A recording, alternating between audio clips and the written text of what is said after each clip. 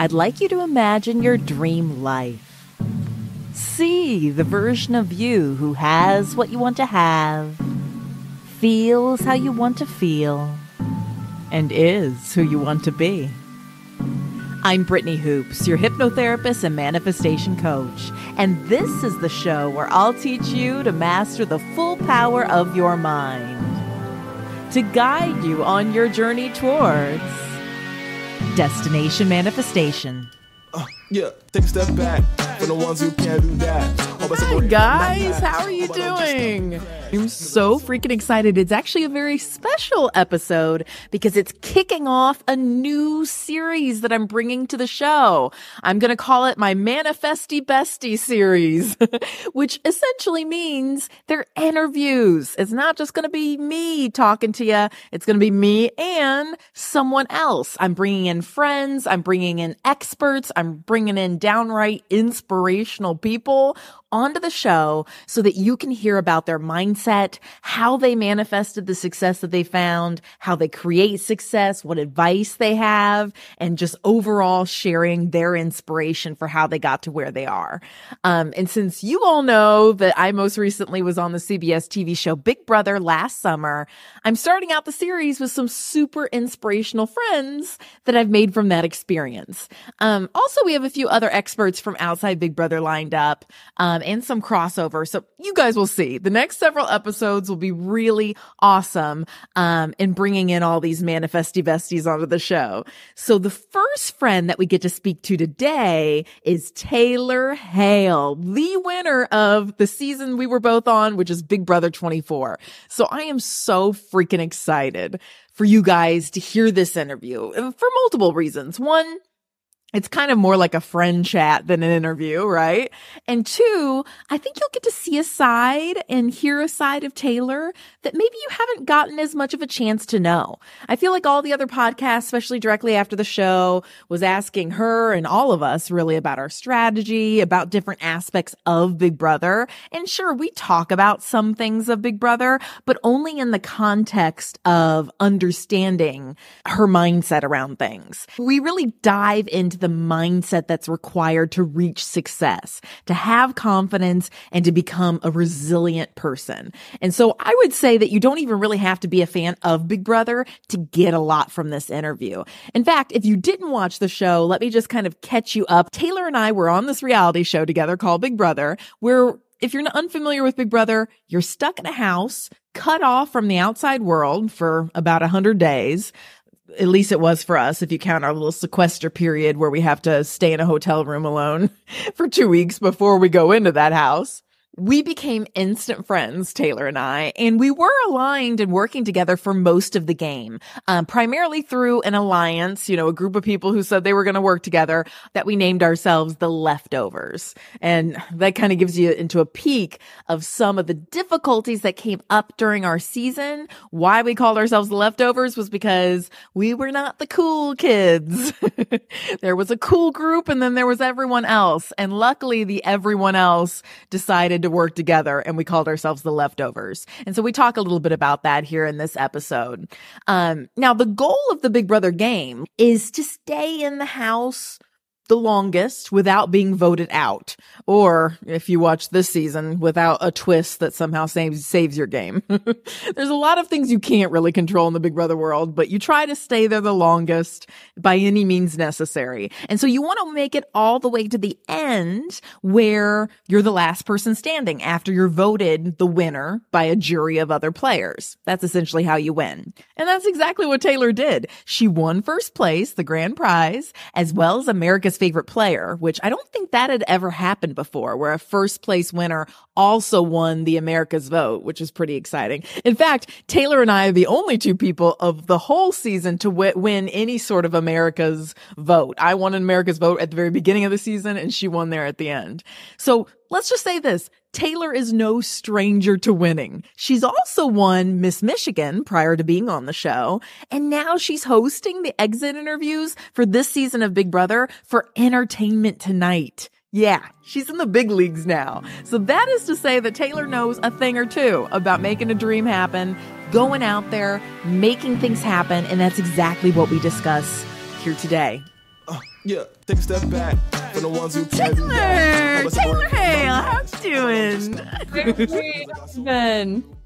I am doing so good. This feels like fun, but also kind of like, I don't know, like I'm going to have to, it's a podcast. It's not just us like chatting over FaceTime. I'll have to like remind myself this. That's the power of editing. That's what we're right. The power of editing, right? You're like, oh, okay. If it goes off, we'll bring it back. We'll bring it back.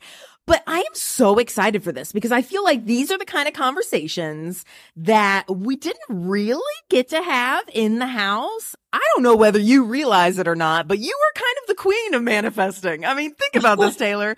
You winner of BB24, America's favorite player. You've won Miss Michigan. You just got finished walking New York Fashion Week. You're doing the Big Brother exit interviews for Entertainment Tonight. I mean, these are some major goals. Like, talk to me. What's the secret? What's the kind of mindset does one need to achieve like big goals like this? I always joke a little bit when I say this, and I say it takes just a little bit of delusion to make this. Well, that's what TikTok's saying these days. They're like, you got to be Delulu, right? And look, Delulu is the Salulu. But look, there's a little bit of like irrational faith in yourself that you have to have. Because here's what I always say. There are always going to be so many other people whose either pastime or literal job it is to critique you. Why am I going to be one of those people? And I've fallen victim to being my own biggest critic. I'm painfully realistic in my everyday happenings. But the more you transition that lens and say, it's other people's responsibility to be the one that says no, I'm not going to be the one that says no to myself.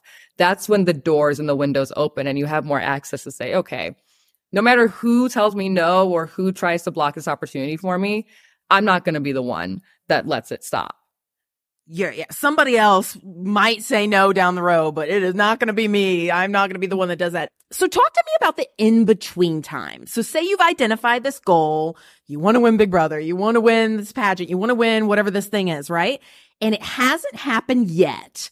What are you focused on in the meantime? You got your eyes set. You're not there yet. It hasn't happened. What's going through your mind? I think there's two specific journeys or things I've achieved now that have made it so worth it. Number one was competing in pageants. Look, it took me 3 tries to win a state title. I competed once in DC and twice in Michigan. I forgot about that. Yeah. And so many people would say, what does training look like for Miss whatever USA? And I would say, it's just the journey of trying to be a better version of yourself. If you train every day and say, I am going to pay attention to the news so I can answer an onstage question, where's that going to get you? But if you say, I'm going to pay attention to the news so I can form my independent opinions and thoughts on what's happening in the world, it's not training for one competition. It's just growth and independence. Yeah. Why would I say no to that journey? It's going to prepare me. That destination is going to prepare me for the ultimate prize. So, there's that. And then there's also now with this opportunity I have with Entertainment Tonight. My entire life, it wasn't just when we were sitting in the game room in the house and I said, I remember talking about it, Taylor. I do. It wasn't just when I said that with live feed cameras. So if someone out there is watching, you can give me an opportunity. No. Right.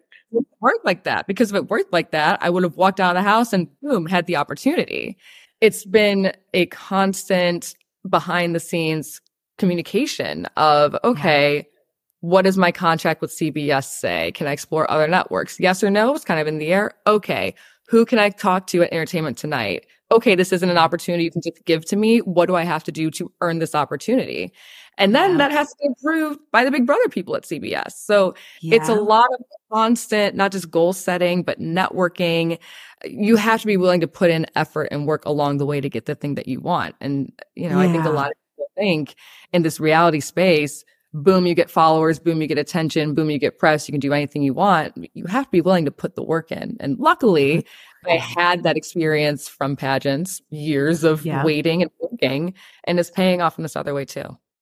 Right. And I just love that because I think like you said, there's these obstacles, there's these stop signs along the journey towards destination manifestation, and along this journey. And it's like, you don't just hit like one little bump and be, oh no, I can't get there. Oh, I'm splat on the road, No, you gotta find like your way around, whatever that might be, because there's not just one route. Like there literally is not one route. You could take any sort of number of routes to get to where you want to go.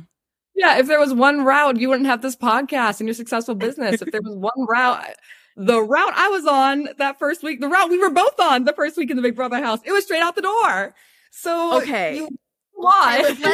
Let's talk about this again in the most safe, distanced, mentally healthy way possible. Okay. Because I'm not about reliving in anything, but like I said, another quality that I think of you and given our shared experience is resiliency. And and what's interesting is I know we haven't talked, other than just like friend chats and over this past year, we haven't talked this much about it because when we were in it, we were in it. And it's one thing to be in it versus a year out and being able to have that perspective of it. But talk to me about this. Like, how did you navigate those early weeks in Big Brother? And TLDR, if you didn't watch Big Brother, Taylor, the house was not so kind. Many people in the house, and we're not going to call out anybody, but many people in the house were not so kind to Taylor Hale. How did you navigate those early weeks in Big Brother mentally? Like, what was going through your mind at the time? I think once I realized how difficult it was for me to make connections with people, I said, okay, this is the game that I have to play. I can't just win competitions, and I can't just, be cute in the backyard and be brought into the popular kids alliance as we usually see happen on Big Brother, right? Mm-hmm. So I understood, thanks to you also for giving me information, I understood that my position in the house was significantly worse than I expected to be going inside the house. And when I wake up to that, I said, okay, this has to be a game of social maneuvering, not manipulation. This has to be a game of maneuvering, not lies. And I think it was also just understanding how much the process and experience means to so many people. People apply for this show over and over and over. There are super fans, and there are casting teams, and there are people working behind the walls at crazy hours. We put on our mic packs and we are the show, right? We were told all the time by the people in Mexico, we are the show, that's not the show. Yeah. But we get called into the DR and we narrate our experience. Those people that we talk to in the DR then have to go and edit the show and make decisions about the show. Like, they are people that work so hard on all of this. And to get there, to be placed in this space, to be one of 16 people, no matter how hard that opportunity was or the experience was going to be for me, it was going to be over one way or another. Either I was getting voted off the show or I was leaving the show. And it was something for me. It was something for me to say, I can't let other people make me quit on myself. Like, too many people work too hard for this. Too many people want this. I'm going to go one way or another. So why am I going to walk out on my own? You got to kick me out before I leave and quit on myself. Yeah, quit on yourself. Oh, I kind of wish we would have had this conversation, maybe like in real time. That might have been nice. I will say there was one time I had my finger on the DR button that I was just like, am I going to go? And then I was like, Brittany, just sleep on it. Like, sleep on it. And then the next day, of course, I didn't want to leave. Like, you have to not quit on yourself. There's so much more at play. So what advice might you give to somebody who maybe there's people in their life, friends, family, whatever, acquaintances, people who are not liking them, they're not connecting, somebody's jealous of them, whatever it may be, right? What advice would you have for them if they're dealing with that outside negativity? Ooh, you want to talk outside negativity, Brittany? I'm just saying, you're resilient. I want to hear it from the queen of resiliency. I try very hard not to talk about the post-show experience, right? Because publicly, I got the most love from anybody in our cast. Like, I got we know how it went. I got the most love and attention from anybody in our cast. And I try not to talk about the other side of that because I don't want people to think you didn't have it as hard as other people or your reputation is fine compared to anybody else. But, you know, there's some really, really dark things that have been sent to me, said about me, said about the people that I care and love. And so if this is what I receive, I can't imagine what other people from my cast has received. I hope that it dies down. I think my experience with the negativity is a little more prolonged because I had that super high. And now there's a shift in the pendulum into this, like, once a lot of the most vocal supporters die down, they're still there, but they're not as loud. And so the people that are loudest in their hate seems like they're more prevalent, or it seems like they're creeping up more.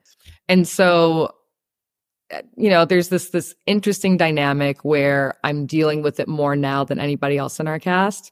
Whereas our cast coming off the show kind of had each other to say, we're all getting hate right now. And I was like, oh, I'll tell people to chill out, but it's a different experience. So I say all that to say, when it comes to either people directly in your personal life or through a parasocial relationship or a distant relationship, like I said, people are not going to agree with you, and you can't appease everybody, because if you appease everybody, you're going to lose yourself. And so it's important. You have to understand who you are. You have to understand what's important to you, what matters to you, what is valuable to you, what people are valuable to you, what environment you want to exist in.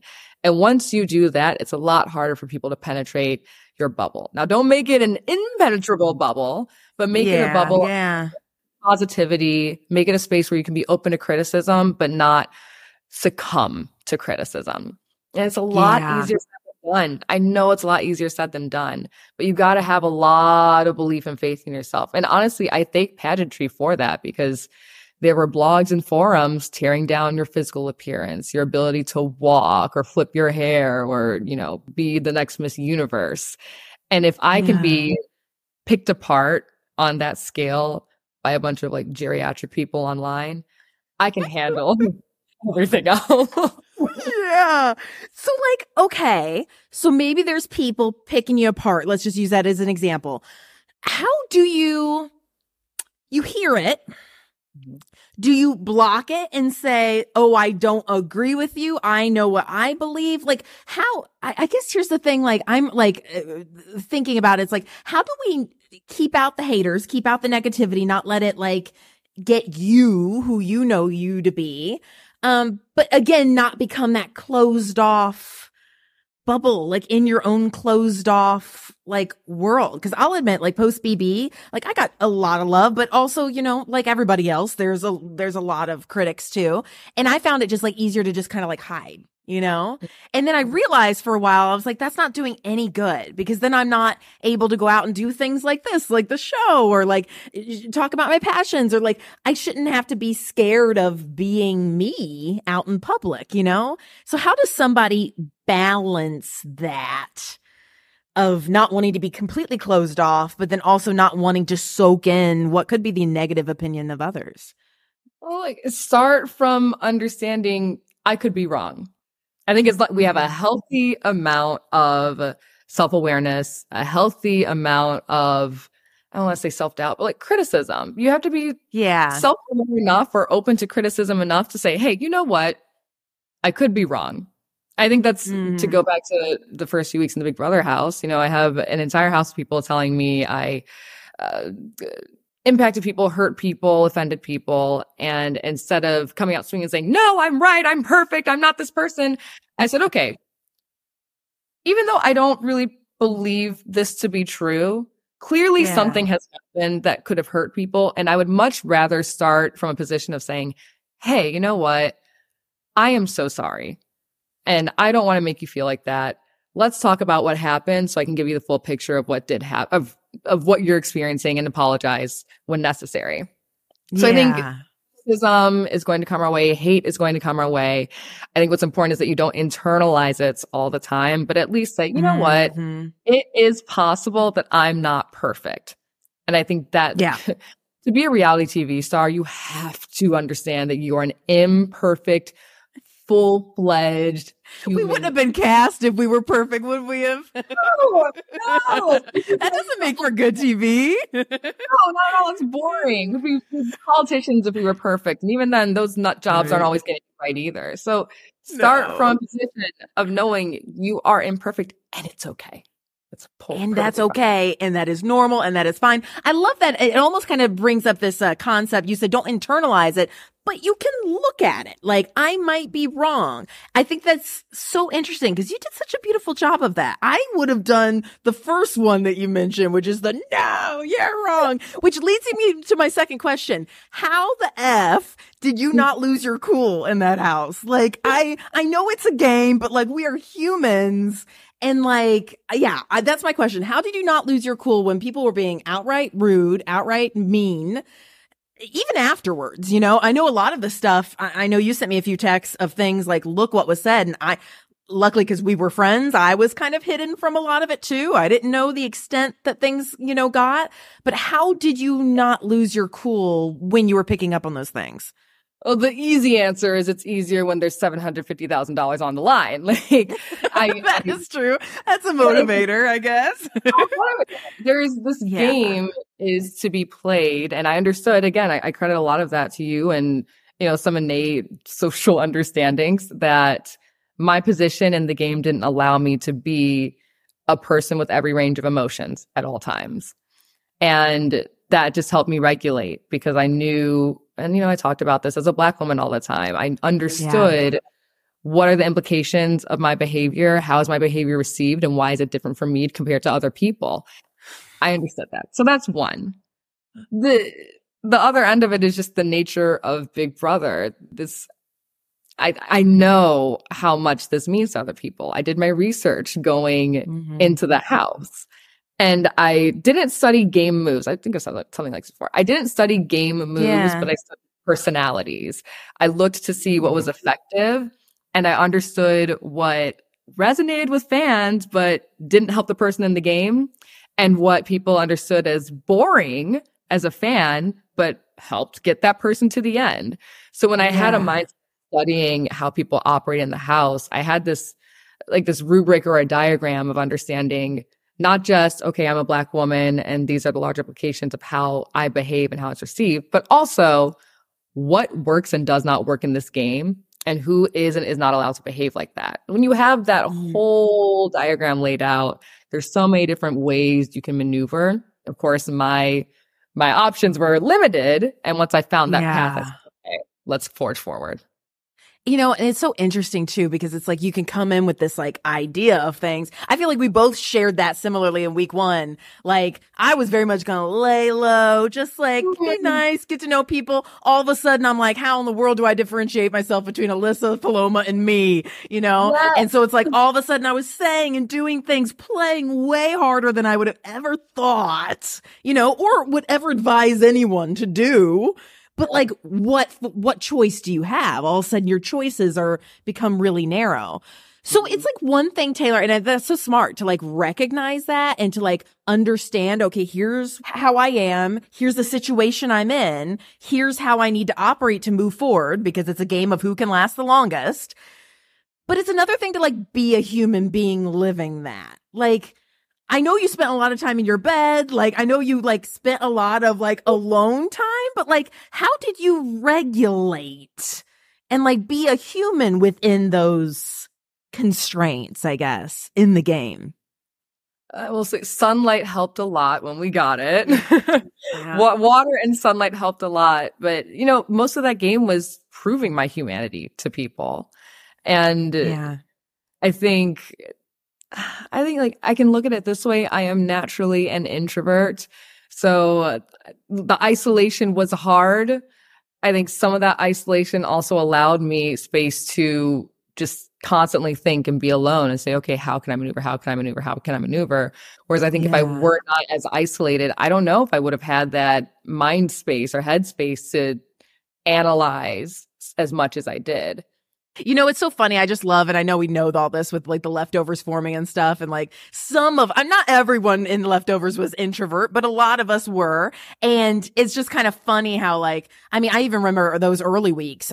Have not room was like my safe place. Like that's just where I would go to be alone and cry it out and just think through. Like sometimes a little bit of that isolation is helpful. And of course, knowing how it all works out, knowing that we end up getting to be in the majority alliance and sure, you know, might not have been the cool kids, but it was formed and it ruled the house because of it wasn't the cool kids, you know, was nice to know like, okay, all those things, they might have felt isolating, but they all moved that game forward and moved it forward and united us. And that's what's so cool about our season. I know people look back at the season and for so many reasons, and I wish people would look at it with a little bit of a fire tooth comb, but they'll say, you know, Taylor and Joseph were the highlights and the rest of the cast can go. And I'm like, no, like the leftovers, the creation, the formation and the bonds that I made with you and Michael, like it's such a cool season. I know I am the full point of so much of it, but there are so many other themes throughout the season that are not just on me that I also wish would be highlighted. So let me ask you this, Taylor. Did anything in life prior to Big Brother help prepare you for kind of some of these like mental demands that you experienced in the house? I know we touched upon this a little bit, but anything that you were like, ooh, I'm pulling back from that strength or that lesson? Man. You know, I hate to keep going pageants. I hate to keep going back to this one experience, but there's so much that you learn. And I think if anything, it's who are you when you lose? Who are you when things don't go your way? Like including Miss USA, I lost 3 pageants, but I lost 2 state pageants before I won Miss Michigan USA. Yeah. And I've seen girls throw tantrums and fits when everything was lined up perfectly for them and it didn't pan out the way it was supposed to. I've seen girls have just like the most amazing experience when nobody thought they were going to win and they take this opportunity and they run with it.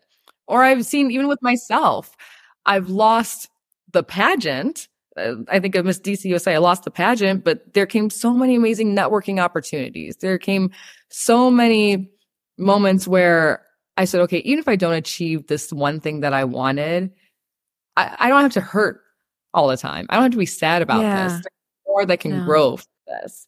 And I think, I know there's so much criticism these days in modern era Big Brother, where people will say, oh, like they only went on the show because they want to be an influencer, or they only went on the show because they want other opportunities. And, you know, I want to see people who play for the $750K. I do. Yeah. But everybody also has to know everybody can't win that prize money. No. And it's okay to pursue other passions from this opportunity. Why is wanting opportunities a bad thing? Like in life, I mean, like why? Yeah, like why? What are we supposed to be like? That was my one thing I did in life. Like, you know, like is that the correct response? I don't know. Of course, you're talking to a manifestation / goal person, so opportunity, you know, like that's. I won't understand that, but yeah, no.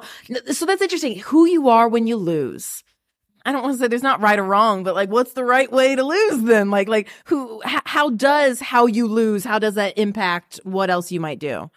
Sure. Well, think about, I mean, you can frame losing in any way, but let's talk about the first 2 weeks in the house. I was losing literally in the sense that I was at the bottom of the house and I could have thrown tantrums. I could have gone in people's faces. I could have been upset, but I just thought, okay, there's an opportunity here. You never give up on yourself. There's an opportunity here to keep fighting until the very end. Keep finding opportunities until that door shuts behind you in the Big Brother house. Yeah. I took that from pageants. Like I took that from other opportunities and areas in my life. Why am I going to look, if the wheels are going to fall off this car, but I know it's not going to blow up, I'm going to keep on driving it. And maybe there's a gas station along the way, or is one of those tune-up spots that can fix those wheels. And if there isn't, then I almost got there. And maybe something else came along the way. And that's okay. But if I am a bitter, ugly, angry person, along the journey while I'm losing, you're not going to get anywhere. You're not going to get anywhere. It's gonna stop it right there. Oh, Taylor, speaking of the wheels fall off, you remember my last week? You and I. Well, I love your last week. You guys were the only, I keep on hearing, you were the only reason why anyone kept on watching feeds all the way to the end, because we didn't give up. I mean, and I'll always thank you for that. Like, we didn't keep, give up just trying. There was no hope, and we both kind of knew it, but like, there was no hope. But like, you keep going, because what are you going to do? You don't know. There could have been some magic word. I don't remember them now, but I still remember leaving the house with like another 3 ideas of ways to come at it. 3 other arguments I would have thrown Monty's way, just to like, is there any other way we could have done it? But to your point, it's like, what else are you supposed to do? Which leads me to my next question. How did you keep up your belief? Here's something we encounter all the time in manifestation, right? Like the outer circumstances, those first 2 weeks, not looking too good for you, looking like you're going to go home. How do you keep going? How do you keep up the belief in yourself that I am still in this until they kick me out? Especially in those early weeks. Like, how did you keep up that belief? Well, the easy thing about Big Brother, I think specifically talking about Big Brother is one thing, and then talking about life is so much harder. With Big Brother, there is an end date, no matter what. So I'm either going to make it to that end date, or I'm not. I mean, life kind of has an end date no matter what, too. You just don't know when it is, I guess. Yeah, I don't know what that end date is. At least I know it's on the calendar. A long time from now. No long time. Knock on all the wood around. With Big Brother, there's an end date that is set in stone, hopefully set in stone. Yeah. And you're either going to get there or you're not. And so why am I just going to back out? Oh, it was harder than I thought it was going to be. I'm gone. No. Yeah. What sense does that make? Yeah.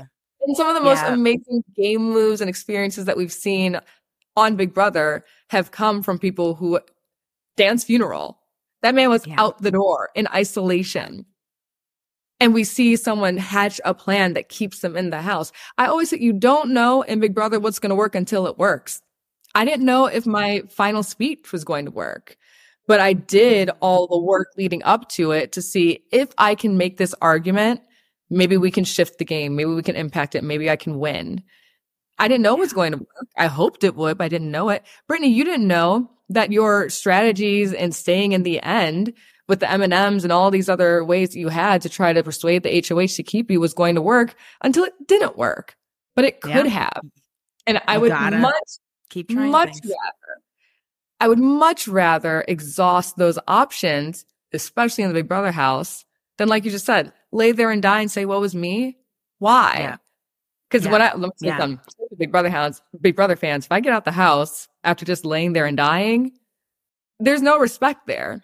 At least there can be respect for someone saying, "Wow, you did your best. You tried your hardest." And maybe someone can take that and learn from it and try it in the next season, and maybe it'll work. Who knows? I mean, look at that. You lost 2 pageants, but then you won it. So it's like, it's not you, like you are capable of winning it. You've done that. You were still capable of winning it, even the times you lost, because you've won it. Like, like these things are not absolutes. Like, you got to do it. And then it's one of my biggest thing. I hate when somebody tries something, fails, and then takes it on as their own identity. Oh, I'm the kind of person who can't do this. It's like, no, it just didn't work out that singular time. How do you go and revise? How do you stay in there? And to your point, you're not out until you're out. The game isn't over until it's that date where it's over, keeping up that belief. I want to talk, because you mentioned it, the finale speech, which I'll link. I know there's probably a million YouTube videos of it out there. I'll link to some video, but long story short, you make this beautiful metaphor that you are oh my gosh, you're a sword. I always want to say sword. The W always gets in my way. Nice. Trips me up too sometimes. You're not a sword. You're sword, not a shield. Right. And so, first of all, okay, so I was there minus 2 days, right? Up until the house. We talked about a lot of things. I want to know, I've never asked you this. How did you come up with that idea for that speech? And what sparked that idea that you wanted to convey to the jury? How did that metaphor come about? The other ideas that you said? How did that come about? Well, so I remember having two town ciders? Remember they used to give us those ciders? Yes. Usually only had enough for one per person. This time I had two. Oh, but you were at the end. You got two. And I remember just feeling so defeated. I lost both parts of the part 1, part 2 HOH competition. I remember in so many of my goodbye messages, I think I told you, I was like, my job, I'm going to win my way. I'm going to put myself in the end. I think I've told Alyssa, I'm going to make sure 2 women are sitting in final 2 seats, and having lost part 1 and part 2, to be put in this position where things fell down onto my long-term social game to get me to the end and not the classic hard facts way to win your way. I just felt so defeated. I felt like I let down so many people. I felt like I didn't have an argument. I felt like no matter what argument I did make, I was nervous that it wouldn't be viewed as legitimate because where are your competition wins, Taylor? And I took those ciders and that big old plastic wine glass, and I went into the bathroom and I closed the door. I just started talking through my experience in the Big Brother house. I talked about how it was socially hard. I talked about how grateful I was for other relationships. I talked about how I worked so hard to build relationships, to maneuver my way to the end, to position myself with the right people, and how frustrated I was that it all felt like it was for naught here. And I just said over and over, I was like, it wasn't for nothing. I did not get all this way for nothing.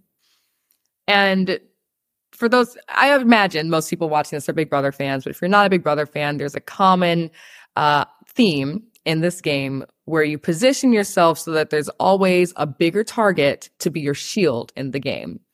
And once I realized nobody liked me, nobody wanted to work with me those first few weeks in the house, my pitch to stay in the house nobody. No, not nobody. Very little. Not nobody. Sorry, I don't want to interrupt you, but yes. But once I realized that position in the house, once it was brought to my attention, my pitch to so many people was, I will be your shield. People are coming for me. Keep me. I will be your shield. And Joseph, angel that he is, when we formed the Leftovers, he would say things like, just because you're strong, it's not our job to test how strong you are. You're not a shield. You're a sword. And it always resonated with me. I remember the last week or so in the house, I talked about maybe wanting to get a sword tattoo because it felt like the epitome of resilience. It felt like you don't have to be the thing that protects other people. You don't have to be the thing taking all the arrows. You can be a fighter. It might not be the classic battle that people are used to seeing, but that doesn't mean that your battle is invalid. But also, and on the other hand, or in tandem with that idea, it was very important to me not to make people on the jury feel like I was just trying to throw everything back in their face and guilt them into giving me the win. And that's why saying I'm not a victim, I'm a victor was so important to me. Because again, I think that speaks to, this is not a game of perpetual victimhood. This is not a game of trying to make other people feel bad, woe is me, to put me on a pedestal. This is a game of very clearly understanding where I stand, how to maneuver, what bonds to rebuild, and understanding that that bridge and that path is just as valid as anybody else's. So no, I'm not a shield, I'm a sword. No, I'm not a victim, I am a victor. And then I talked about the social issues that constructed this season, put me in the position I was in, and why those are just as compelling of reasons to win this game as your classic Big Brother resume. Yeah. Oh, Taylor, I just love that so much because it's just, I mean, it just speaks to your mindset with it all. And being able to, like, what do we call that? Reframe, right? Like, other people might see it as these ways. No, let's reframe it for what it is. But also, like, and it's one of my biggest irks is that, like, sure, the structure of the game, winning competitions, and we both won competitions. So it's not that we didn't do that. We did do that as well. And those help. But you're the last woman on Big Brother to win a veto. You know that? Really? Still? Mm-hmm. Yeah, still. We haven't had anyone veto this season. One for a veto. Okay. I guess my point being that, like, okay, we've won competitions. That's great. We had those traditional markers, but that isn't it isn't who wins. It's not let's tally up the competitions and whoever won the most competitions, here you go. Here's your gold star. Done. Wait, why have a Big jury? Brother? No. Why have a jury? Like, and that's why it like, I love that you said that. And your speech will just forever. Like, I mean, I know why that it resonated with so many people, because this is a game of who can last the longest. And there's no right or wrong way to last the longest. A lot of times you don't even get to pick. The way you want to last longest isn't even the way you get to pick to last longest. You have to like shapeshift and morph and, okay, I wasn't going to do this, but now I'm going to go do this. Or, oh, I have to align with this person and maybe I never thought this. Like, you have to be flexible and maneuver. And that is just as valid as any other way, or a more traditional way. You know, like your win is just as valid as any other win. Anybody else's win is just as valid. I don't know. It just irks me. This is me as like the fan, just upset, not about you, but like when anybody says like, oh, they didn't deserve to get to second, or they didn't deserve this, or it's like, didn't deserve, they got there. Like, right. Or questioning if somebody was a good player. You're a good player if you got there. Like, because it's so hard to get there despite all the things, you know? I don't know. That's my personal opinion on that. I know exactly what you're saying, but I also think, I mean, look, like what is it, what they call it, Monday night quarterbacking? Like you sit on the couch and you say, well, I would have done this or I could have done that. Oh, yeah. You have the full picture. You have perspective that everyone else in the house doesn't make. So it's so much easier to make those calls and decisions when you have so much more information than people have. So let me ask you this. What advice would you have for someone who's just in life wanting to channel that sword energy, that victor? They're not victim, they're victor. You know, maybe they felt like a shield. Maybe they've been treated like a shield in the past. Maybe they've even started to believe it. That's the hardest part, is somebody's treating you that way and you start to believe it yourself. What advice would you give them to channel their inner sword? Ooh, I love this question. That's good. Yeah. You know, I think that point you made about believing it yourself is what really resonates with me, and I'm sure a lot of other people, because that's when it's hard. When the world or someone that you care about or value is telling you, you are this way, or like the way you behave harms me. And it's so difficult to parse out and say, okay, is this valid? How do I understand this? Yeah. But if you feel like you are a shield, if you feel like a victim, there is power in reframing and reclaiming that identity. It doesn't have to be pain. It doesn't have to be sorrow. It doesn't have to be, I try not to say victim mentality because I feel like that phrase is so weaponized these days. But you don't have to fall victim to the hard things that happen to you in life. There's a way to repackage it and reframe it so that it is the journey and the experience that's going to lead you to your destiny and your success. You know, if I sat here and I said, all these bad or terrible things that happen to me are things that I have to carry and sit with and feel pain for.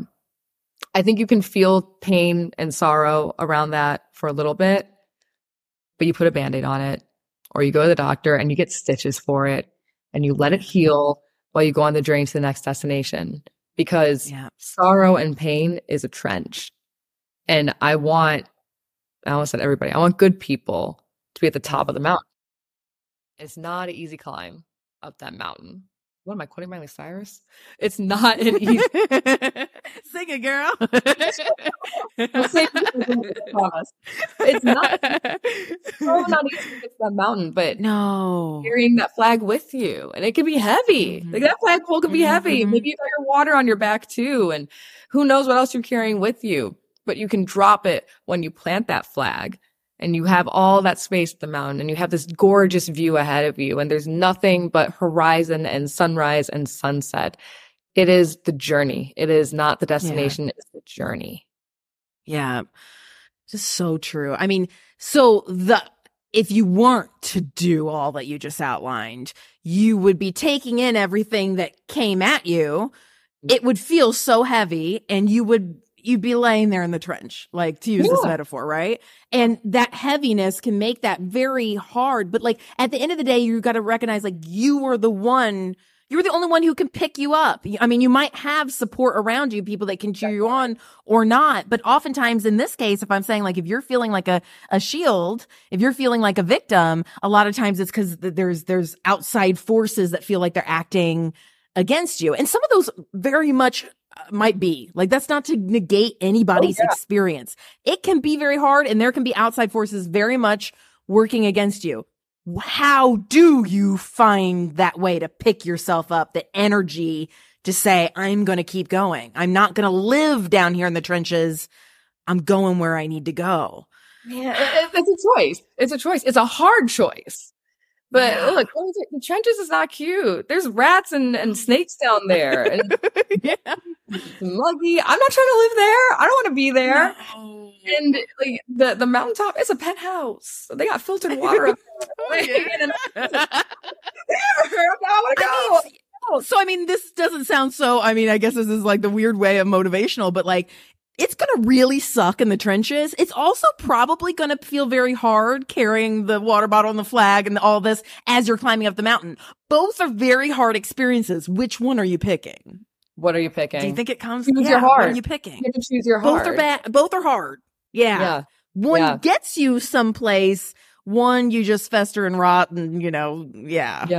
And I don't like that. No, thank you. I'm hitching a ride up that mountain, even if I gotta pull myself up. So another thing I want to talk to you about is confidence. So like I said, I think of you, I was like literally channeling my inner Taylor, and I was like, what is Taylor to me? I think of you, confidence. And it's this way, I'm like, how do I describe the confidence? I think it's just like a sense of presence. I don't know if you know what I'm talking about, but just like this sense of just a presence, which I wonder too, like, I mean, I've had the joy of getting to be with you, live with you. I know that presence translates on TV. We know this, but like a lot of people have never been around you. I don't know if they've gotten to experience, your brand of presence. But like, talk to me about that. Is presence like a modeling pageant thing? Like, do you know what I'm talking about? And like, how does one create? Is it something that could even be learned or taught? A sense of confident presence. I mean, look, there are so many confidence coaches out there. Clearly, it is something that can be taught or created or established. Yeah. I will say I was a theater kid in the sense where my school would always do plays every year from elementary school all the way up to high school. And I was just always involved in them. Just because I liked being on stage. I liked me and Michael, theater kids. It makes so much sense now. Yes. And it's one of those things where like I'm trying to be careful about the way that I talk about this, because I don't want anyone to feel like I'm trying to degrade them, but I don't often fit the stereotype of the dorky theater kid, right? But I like theater and I like the arts and I enjoy being on stage. And I would always just do it because it was something that made me happy. And my mom would always say, like other moms would come and pick up their kids from rehearsals, and they would stop my mom in the hallway and say, that Taylor, she's really got stage presence. And my mom just thought it was a compliment from other moms. She's like, yeah, okay. And then she saw me one day and was like, whoa, what is going on here? No, all of that said, I am not the best actress. I am not the best singer. I think that's why I thrive so much in pageants. I have stage presence. I have presence. Sing. I feel like I've heard you sing before. You're good. I can carry a tune. I'm not throwing down vocals like Beyonce or Kelly Clarkson. Okay, if we're comparing ourselves to Beyonce, then yeah. Look, I tell people, if we are singing Happy Birthday, I'll be the best one singing Happy Birthday, but don't ask me to do anything else, okay? So I love that. When we talk about presence, I have been made aware for most of my life since childhood to now that is just something that people gather when they're around me. The other thing about that, though, is that before my experience on Big Brother, people would always say, yeah, you have a lot of presence, and you would think usually when you're around people that have strong presence that it's intimidating. But I always took a lot of pride in people saying your presence doesn't feel like it exists to intimidate other people. Like you just sit in your confidence and your happiness. And, people would say that inspires me to do the same. And that was always something I was really proud of. It was why when I got Miss Congeniality, I was a little surprised because I thought there were people who were nicer than me, but the girls told me afterwards, they said, no, like you cheered for us just as much as you cheered for yourself. And we all noticed how much you cheered for yourself. Yeah. And that's when it all clicked for me. I was like, this gift, aura, presence, however you want to say it, I hope that nobody takes away superior or holier than thou attitude. That's why as a title holder, as even as, the current winner of Big Brother, I try to humanize the experience. It's why as a title holder and as, the winner of Big Brother, people get very excited. They saw the crown, the sash, they get excited. They recognize me in public now and they get excited. And I just want people to feel like a human. Like you're not talking to the winner of whatever or title holder, you're talking to Taylor. So I ask people what their name is first and ask how they're doing because their experience is just as important as mine.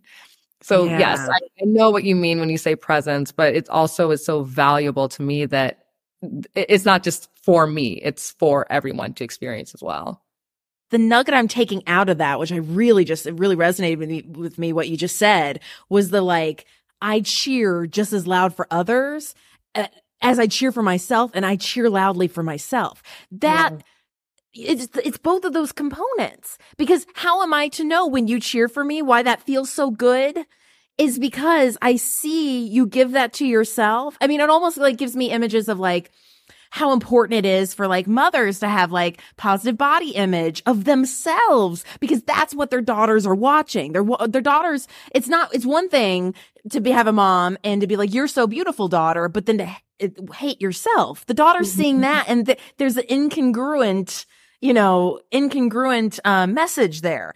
It's from watching the mom love herself, love her body, that the daughter learns to love herself, love her body. It's almost like a similar thing. It's okay, I watch somebody like you loving and cheering on yourself, so that when you love and cheer me on, I know the strength of that. I know how real that is, by demonstrating it in another way. That's so powerful. And I think that reaffirms, I hope anybody listening to this, that reaffirms to themselves, just how powerful it is to be that way to yourself, and how much more impactful you'll be for others when you are that way for yourself. Yeah. I mean, you can cut this part, but I forget if I said this to you or not, but I remember seeing clips back and just watching you be kind of irritated when I would say oh, did you hear Taylor say how proud she was of me at why is she so proud of me? That's my own hang up. I got this weird thing, and I still talk about Steven. I'm am I the only one in the world who I just get weirded out with the proud thing? I don't know. Yeah. It's so weird. That was not a you thing, Taylor. That was just a me in society thing for some reason. We all have that thing. I can't think off the top of my head what that thing is, but I know I have that thing too in some capacity. Yeah. But I do remember I watched it and I was damn, I wish you could see that I'm cheering for her as much as I'm cheering for myself. Yeah. And I know you know that now, and I know you felt that now, but I was, there's small moments that we can all point to where we're I didn't feel that way about you. And I think that's so beautiful to recognize, because I don't think a ton of people, again, this is what contributes to presence. I don't think a ton of people have filled up their cup so much that it's overflowing to be able to, usually a lot of people are operating from an empty cup. And so those things can be misconstrued because people are not you know what I mean? They're not thinking that is where it's coming from. But that's the power of filling up that cup so much so that you can be cheering for others, and they know that to be true, I mean, I think Big Brother is a very good example of most times in life, people are not intimidated by presence and confidence. Sometimes in some situations, they were let's just call it what it is. They were, and so it's how do you navigate that? Which is another question that I want to ask you. When somebody goes into situations that are new, whether it was going into Big Brother, anything that's new and unknown, how do you create and channel that sense of confidence then? When you don't know what's going to happen. How do you be confident in the unknown? Yeah, none of us is confident in the unknown, but I think it's a mix of resting on your laurels And the other is just a mix of understanding everybody is in the same boat, no matter how intimidated they are visibly or enthusiastic they are visibly. Everybody is starting on the same foot for the most part, specifically with Big Brother, let's say, right? Or even, you know, with pageants. Everybody did the same entry fee. Everybody went through a similar process to get here. And we're all walking through that door on day one, ground zero, day zero. Yeah. And so, again, you have a choice. I can either have the most pessimistic view of this or the most optimistic view of this. And all of that being said, no matter how much you prepare, no matter how much you don't prepare, what you know or what you don't know, the landscape in front of you is going to be unpredictable. And that's okay because nobody else can predict it. We're all starting on the same foot here and it's okay. So just remember, like, your experience is your experience.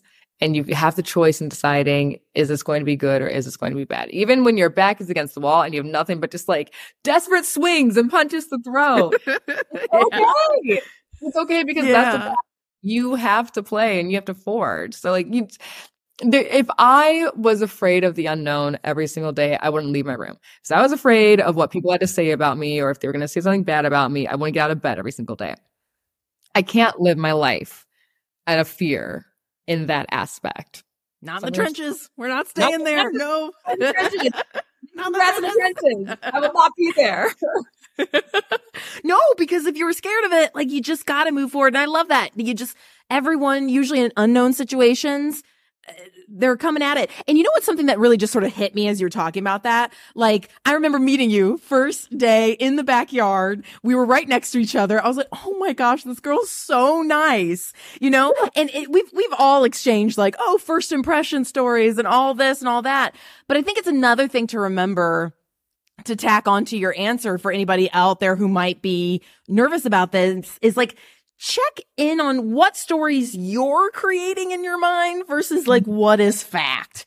So I can't speak for other people in the house that were maybe not so nice, but I think it'd be kind of safe to say, as somebody who lived in that experience, that a lot of that was coming from their own stories about things you said, or their own stories about interpreting the way you said things, or like, it wasn't always the facts of what you said or your tone of voice or your actions, like, she wears heels in backyard is fact.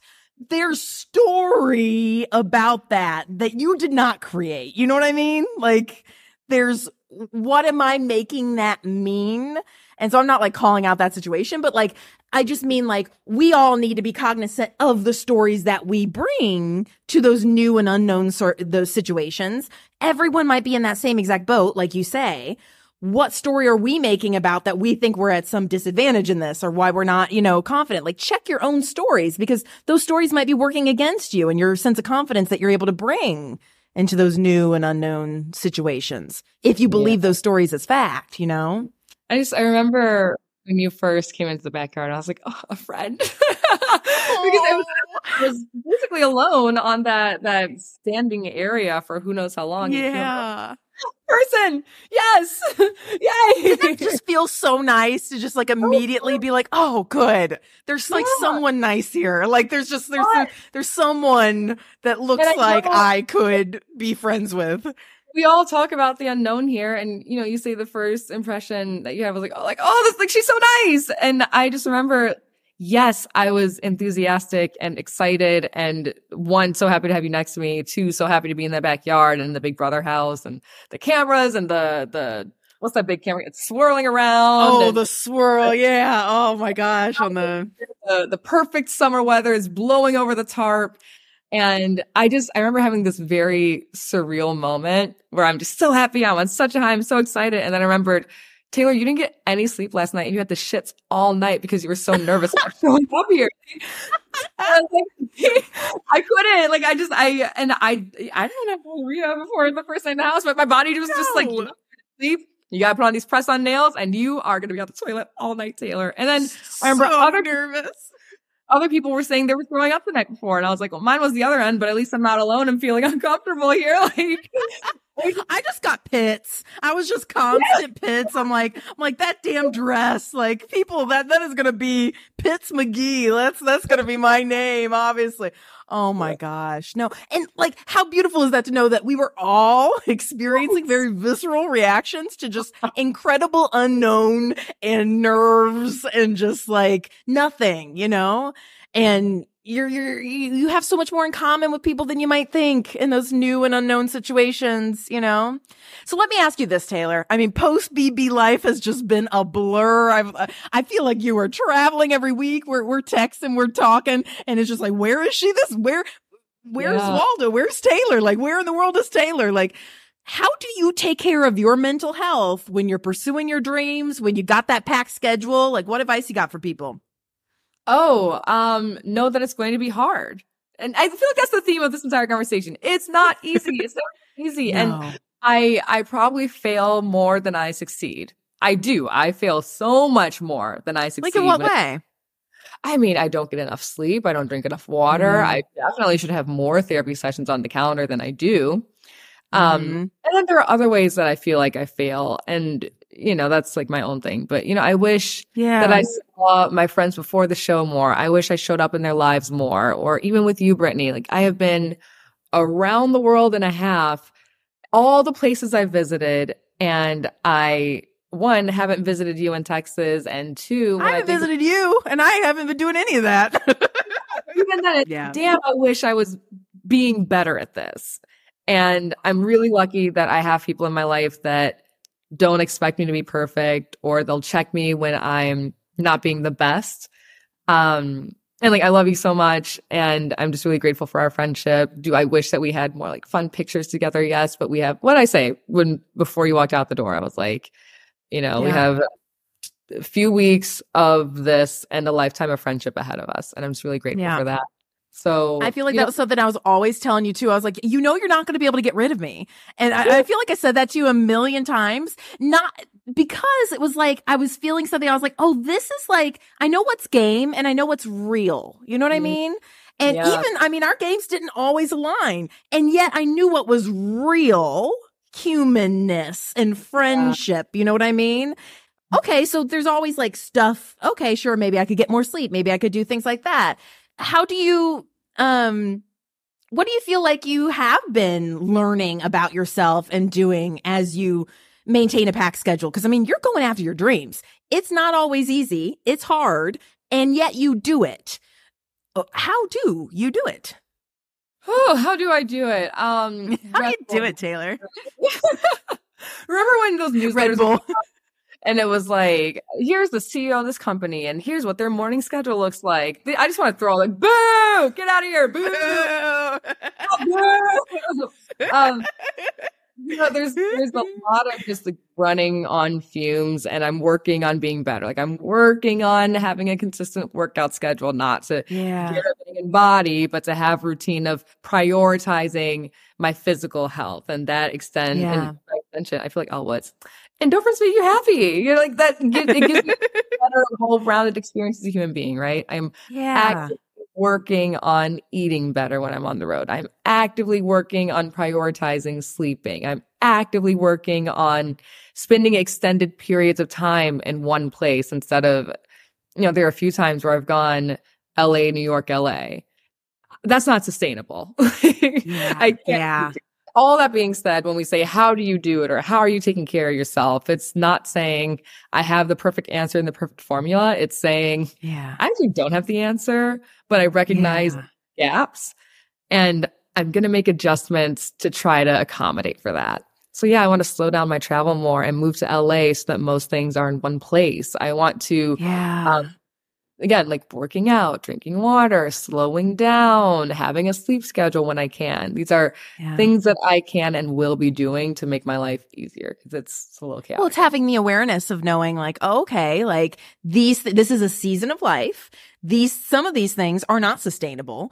I recognize that. And so like we're filling in those gaps, like you said. And you started to talk about it, but this is my final question for you, Taylor. And this has just been so much fun. But like dream with me. Like I always think of like the future version of you, your manifested you, you're who you want to be. You have what you want to have, like all dreams fulfilled, goals achieved. Like what's in store for future Taylor? Like let's call it in. Let's align the energies here. All right. I'll say it all because why not? I think do it. Future Taylor owns a multi-million-dollar home in the Valley of Los Angeles. Future Taylor has a condo in New York and owns multiple properties, either through family or other means in Detroit. Future Taylor is a premier like host of entertainment news, of other reality shows or other gigs. Full body goosebumps. Yeah, like I want, not just the gig opportunities. I want to be an industry leader in that aspect. A trusted source, a trusted and reliable source. Future Taylor is married, has a dog, and maybe some kids. We'll see. Right? We'll see. But I don't imagine my life where I don't want to have a life where I struggle and have kids. If I am able to have a home in the Valley and a penthouse in New York and homes in Detroit, also have a life where I can provide a full and safe and a happy life for children. Yeah. What else? My friends are kind and loyal, and I can pour into them as much as they pour into me. Financially stable, thriving, able to give to philanthropies that matter to me. And also, I would like to have the Miss Michigan USA franchise. Like, I would like to run that. Taylor, this is all, you spoke it into existence. It's there. It's in your mind. You just keep climbing that mountain towards it. We know it may not be easy, but it doesn't need to be easy. Easy isn't a prerequisite. You know these things and you're there. And gosh, look at how much view you've already climbed on that mountain. You could already look back and say, wow, look at the view from where you're at, even as you continue to climb to where you're going. And I'll visit you when you have that multi-million-dollar house in LA. We're just waiting for the nice house until we visit, right? It is. I don't have a place right now, but when I get there, I'm gonna have a guest room for you, Steven. When I have my lazy river pool, I'll invite you over then. How about that? I love you so much. You were just, I don't know, you mean the world to me. Thank you so much for sharing your heart and just, I don't know, giving your advice here. I know this is going to help a lot of people, so thank you. I hope so. And thank you for doing this. And again, I'm proud of you, Brittany. And I accept it fully without any of my own story attached to it, okay? That was my shit. We know this. Wasn't that just lovely? I love that interview. It's just like Taylor said, guys, this whole process of achieving your dreams, of manifesting your dreams, is just like climbing a mountain. And it might feel hard at times, but that's okay. It doesn't mean that you're doing anything wrong. In fact, laying in the trenches, being stuck in the mud is hard too. That's going to feel hard as well. But I will say this.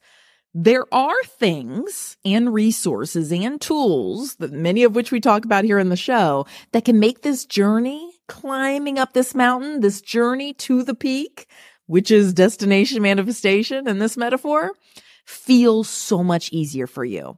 And really, that comes down to just how you would climb a mountain anyways, right? You're probably going to train. You're probably going to train your physical body to be able to be fit and strong before you climb up that mountain. And so what sort of training would you need to do before you reach your dreams or as you're reaching your dreams?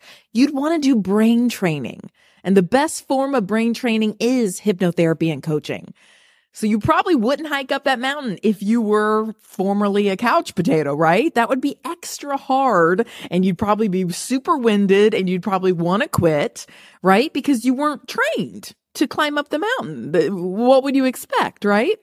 And that's kind of how it is with our goals and our mindset. Positive thinking is a mental muscle that needs to be built, that needs to be trained.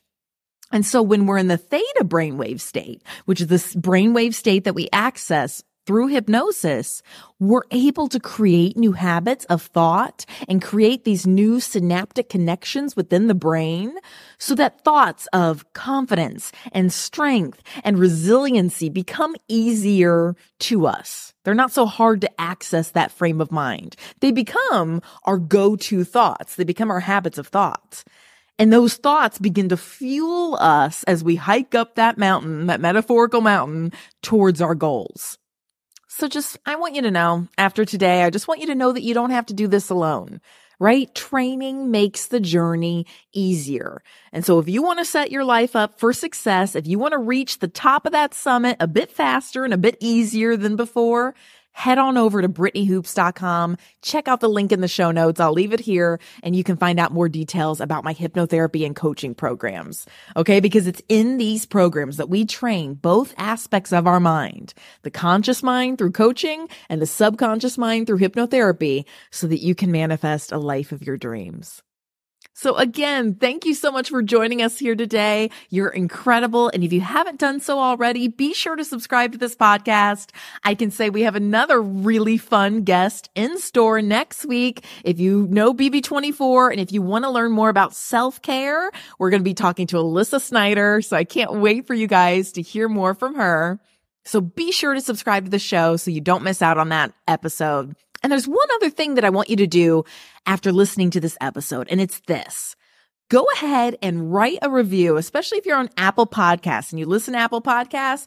Go ahead and write a review and take a screenshot of it before that you submit that review and then send it to me. You can either DM me. My Instagram is Britt, BRITT.hoops, HOOPES on Instagram, or you can email me at Brittany@BrittanyHoops.com, and I will send you a destination manifestation ball cap. Yeah, I'm not even making it a contest. If you send it to me and I don't run out of supplies, I have like 30 some odd hats, I will send you one. So you don't even have to win anything. I will send it to you if you leave that review. So, it's actually kind of funny. I have manifested 3 times as many ball caps as I originally ordered because they keep on getting lost in the mail. And then the company sends another set of ball caps as a replacement. And then they end up coming like way later. And so then I end up getting both. And I'm like, what should I do? But because they're customized to say destination manifestation on them, they're like, oh, just keep them. And so I've gotten like 3 orders of these ball caps, but I only sent one. So it's a very long way of saying I have lots of ball caps. I think the universe sent me these ball caps so that I can send them out to you. So be sure to leave a review for the show. So I'll send you out one and you can be part of the manifesting community because I appreciate you so much. All music for this podcast is by A Cubed, and I'll catch you next time.